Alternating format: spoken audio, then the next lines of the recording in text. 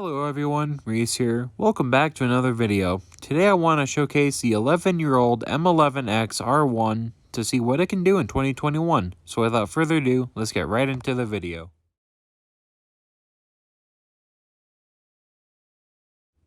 Starting off with specs, this machine came in several different configurations, but mine came with a Core 2 Duo, 4GB of RAM, a 250GB hard drive, NVIDIA GeForce GT335M graphics, and an 11.6-inch 1366 by 768 display.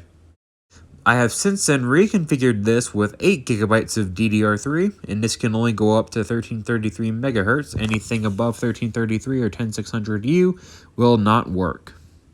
And a 480GB SSD.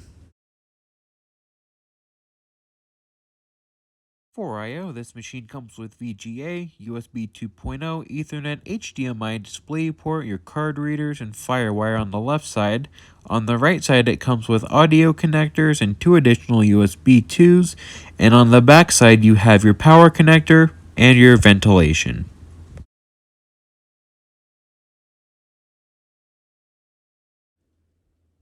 For testing the operating systems, I will be using the overclock setting built into the BIOS, as it will make the machine noticeably faster by 500 megahertz. Yeah, this machine only runs at 1.3 gigahertz even with the Pentium configuration, so this is not going to go very well if you don't have it enabled.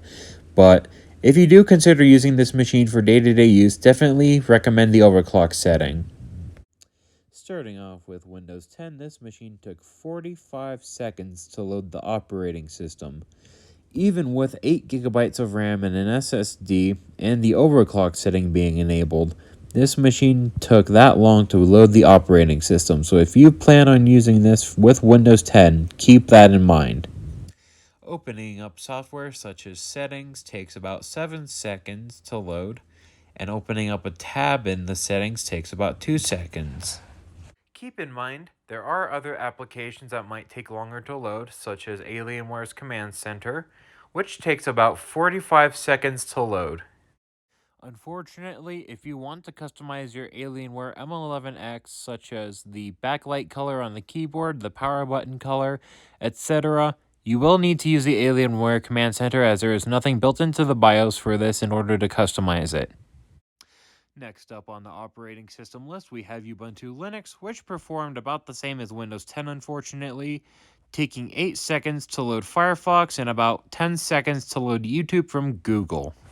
YouTube video playback at 720p was a little bit choppy. However, when changed to 480p, it was a lot more smooth and overall very enjoyable.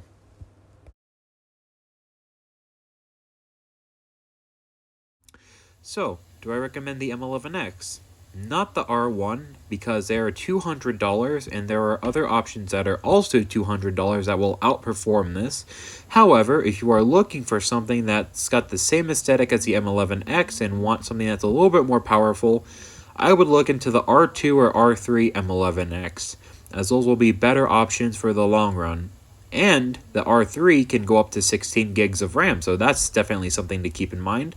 Also better graphics, so I would recommend the R3. Okay, well, I hope this helps. Thanks for watching. Peace out.